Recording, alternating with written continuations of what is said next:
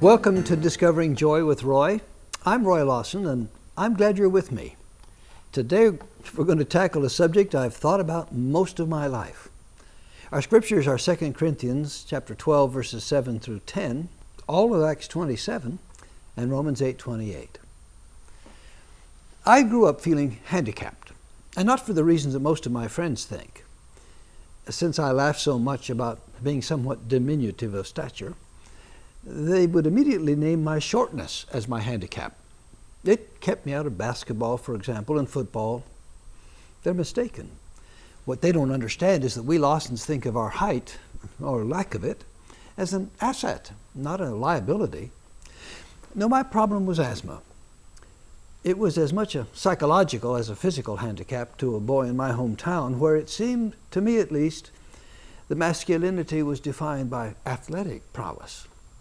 My inferiority feelings were intensified by the fact that my father, who was shorter than I, was a fine athlete. I always felt I was a disappointment to him because I couldn't compete.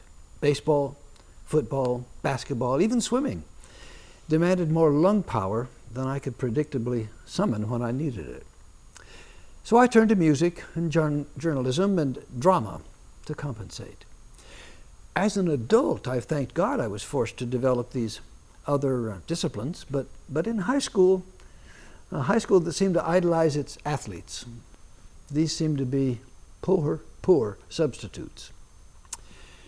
When I grew older, what had been a physical problem turned into a spiritual problem because of a number of well-meaning but misguided Christian friends who said, well, if you had enough faith, God would heal you.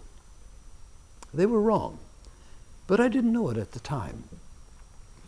So out of curiosity, when a certain famous faith healer came to town, I went to his services and saw that not everyone was healed. I also saw the difference in the meeting's tone between when the television cameras were rolling and when they weren't. It isn't that I don't believe we can be healed by faith. I do. I fervently believe the church is in the healing business. It's just that not everybody who wants to be healed is. I've also noted that some of our most prominent faith healers have in more recent years begun to speak more positively of conventional medicine. One of them even built a hospital. By the way, it can't heal everybody either. Another observation, not very profound, is that sooner or later, everybody, even those who have been healed, dies.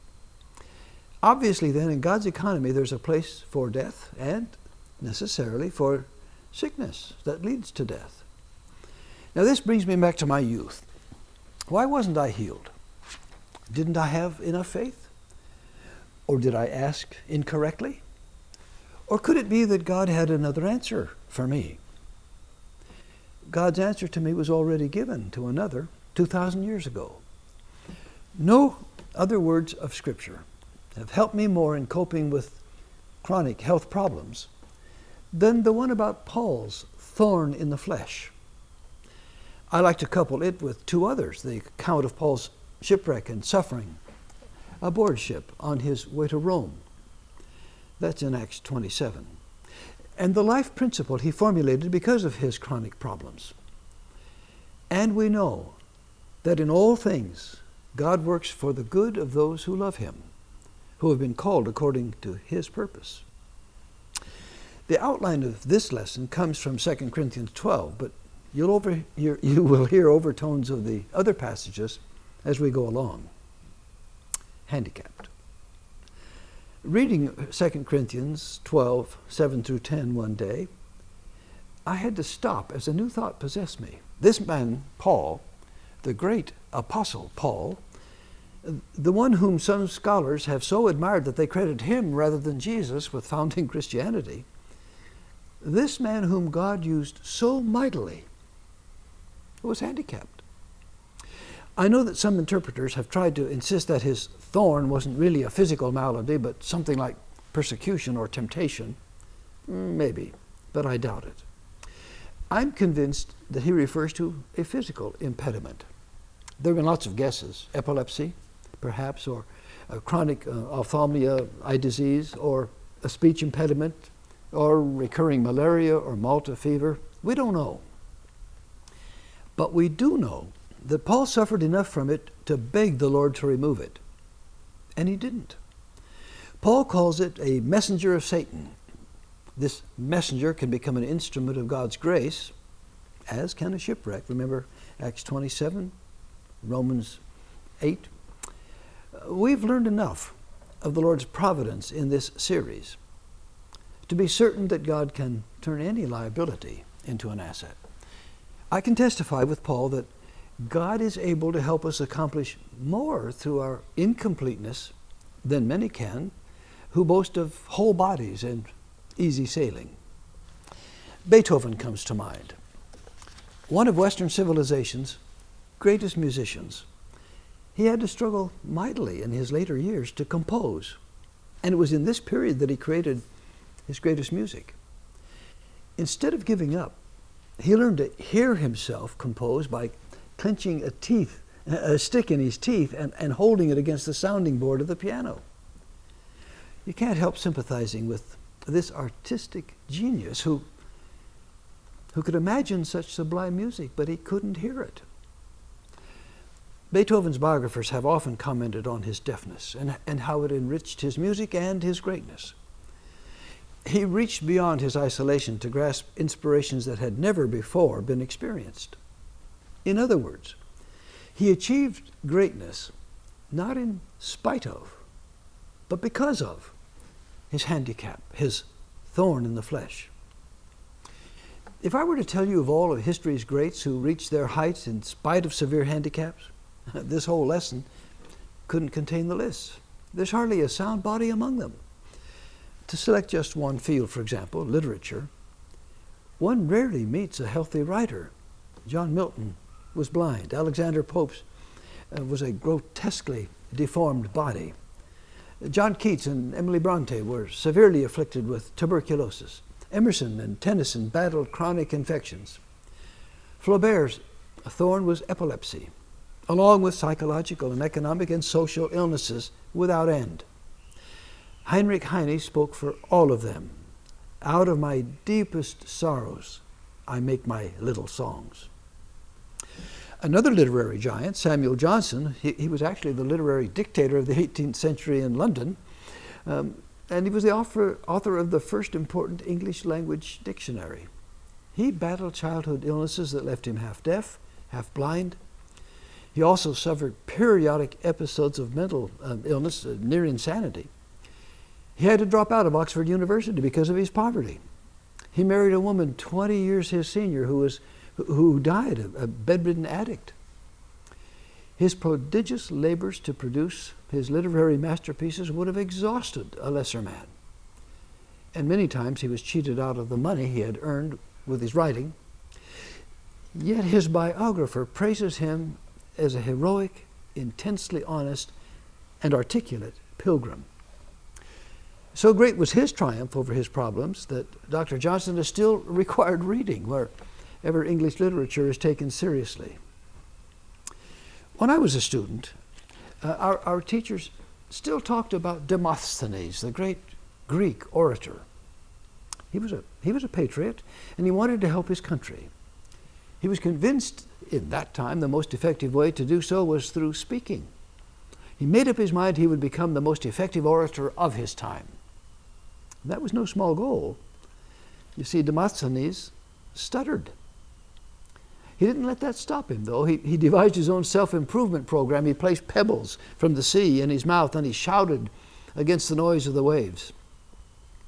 In time, he became one of history's greatest orators, not in spite of, but because of his handicap. Demosthenes came to mind during this past presidential election when I learned something I hadn't known before. As a youngster, Joe Biden stuttered badly. He too had overcome his handicap. The poet Wordsworth said he got much of his inspiration for writing at night.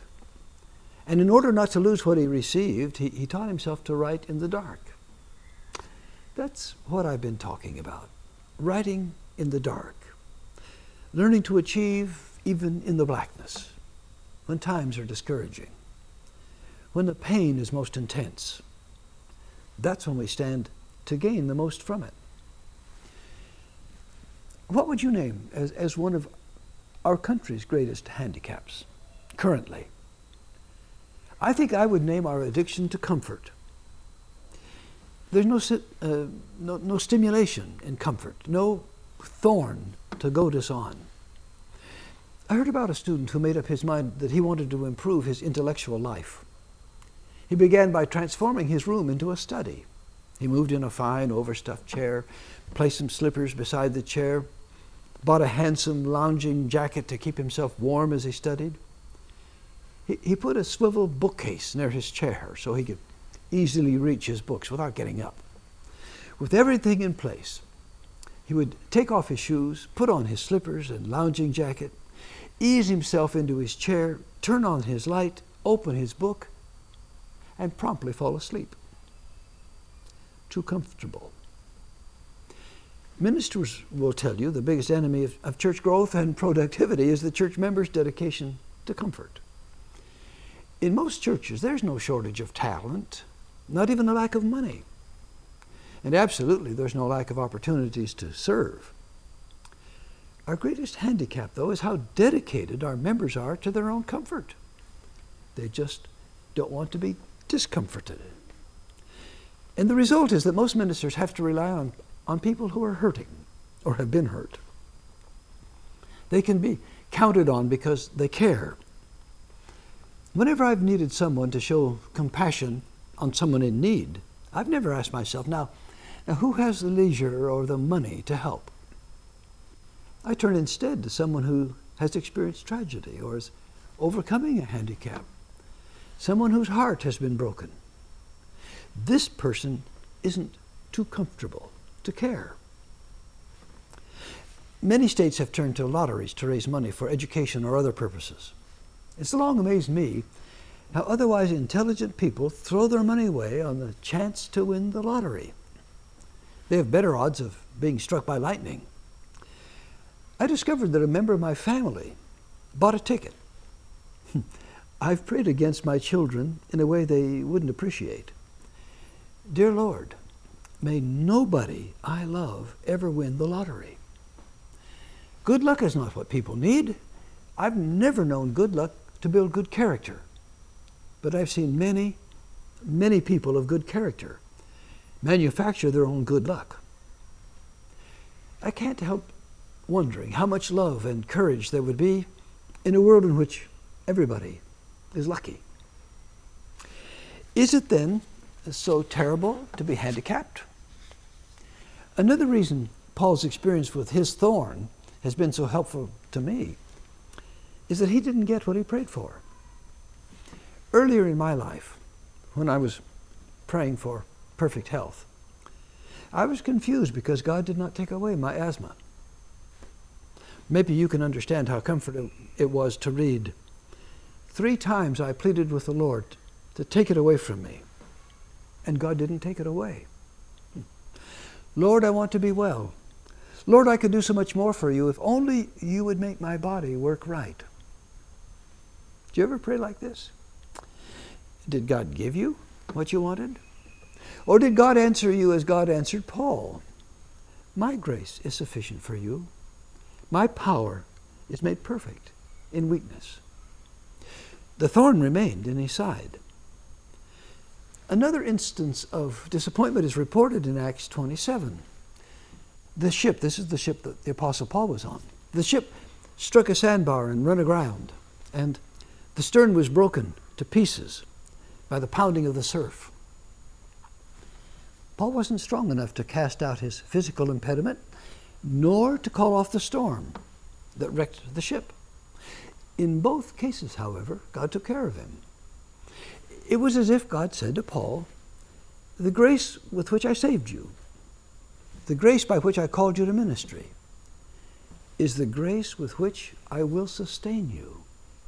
You will experience my power because of your weakness. A compassionate minister I know once said he often did not know how to speak to God when his people asked him to intercede for them in their illnesses. He perceived their suffering doing so much good for their souls that he feared to ask the Lord to cure them.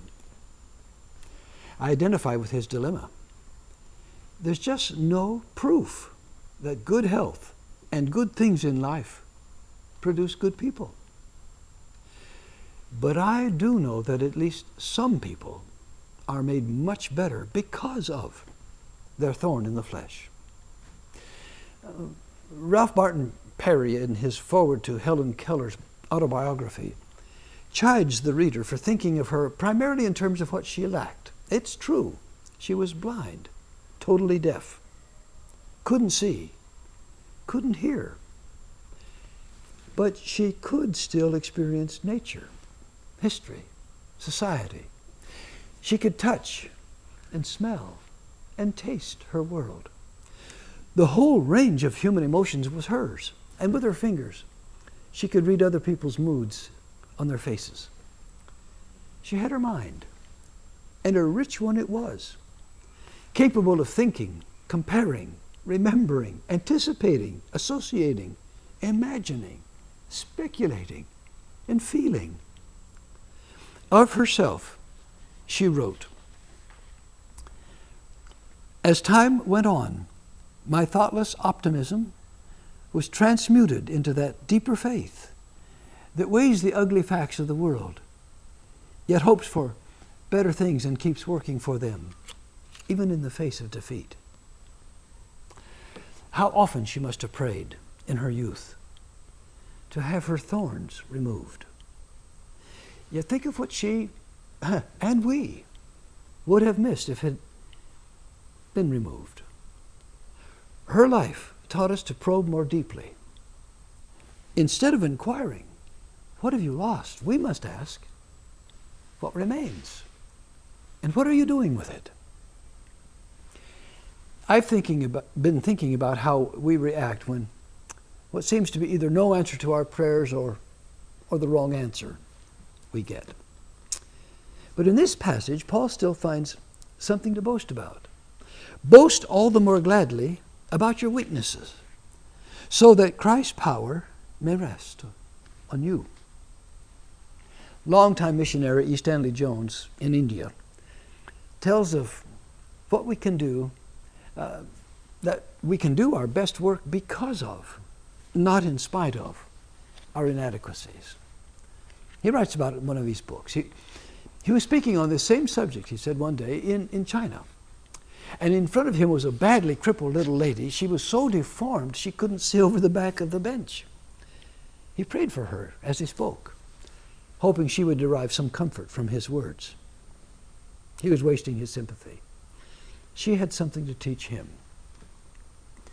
After his speech, a missionary introduced him to the little crippled lady. He said she was one of the mission's best teachers. He called her the greatest spiritual power in this school. Said that she had led more people to God than any other person in the city. Well, here's her story. As a child, she had been dropped. The fall broke her back. She grew into a bad-tempered, sharp-tongued, bitter woman trapped in her pitifully deformed shell. And then one day, she gave herself to Christ. Let him take over her life. And he transformed her. She studied to become a teacher. And she became one, and she was sent to a certain village to take charge of the school there.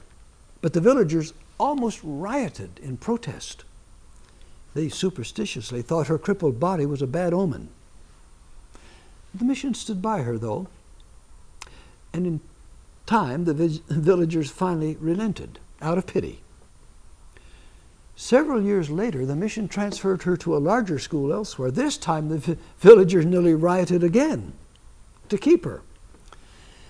God had used her mightily.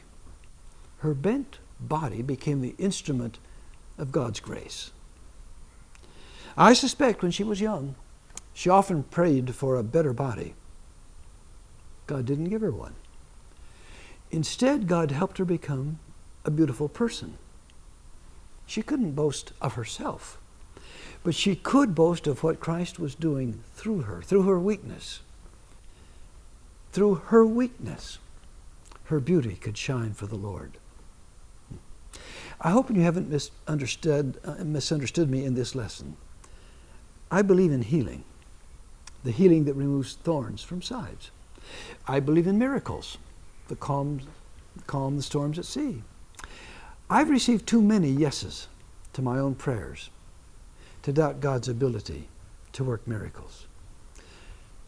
But this lesson has been for people like me who are still wheezing or hurting, whose bodies are less than perfect. Please don't despair. You didn't pray wrong. It isn't that you lack faith, any more than the Apostle Paul did. You and Paul and I just belong to the company of saints through whose weakness God will let his strength flow, so that if we have anything to boast about, it is of him, God, in whom we believe. When we accept that we are what we are, whatever we are, and that whatever we are is available to Christ to use to help others, well, that acceptance puts us well along the road to discovering joy, real joy. I bid you joy.